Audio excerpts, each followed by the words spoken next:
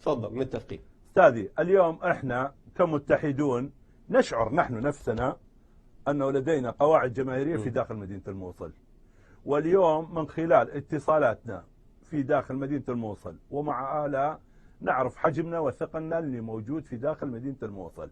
ولكن رسالة أريد أن أوجهها إلى الساسة والحكومة المركزية في بغداد: إن أردتم الاستقرار لمدينة الموصل فاليوم تعالوا نتفاهم، والجميع أن تجلس وتتفاهموا، بالأخص مع من يمتلكون القواعد، لا مع من ينقلون لكم الأخبار بصورة غير صحيحة أو بصورة مشوهة أو بأسباب اختلاف في الرؤى أو لديهم خصومات سياسية مع هذه الجهة أو تلك.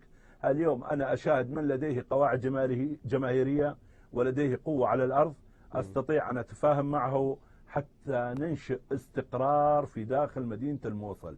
أما إذا بقينا على هذا الاختلاف فلن تستقر مدينة الموصل ولن يكون هناك أمان. أتمنى هذه الرسالة أن تصل، هذه أولا. والرسالة الثانية، وأتمنى أستاذ عدنان أن تصل. لا تفضل رسالة ثانية. خلينا نحكي بالرسالة الأولى. أن يعطوه أستاذ زهير يواش أرجوك. نعم. رسالتك الأولى نعم.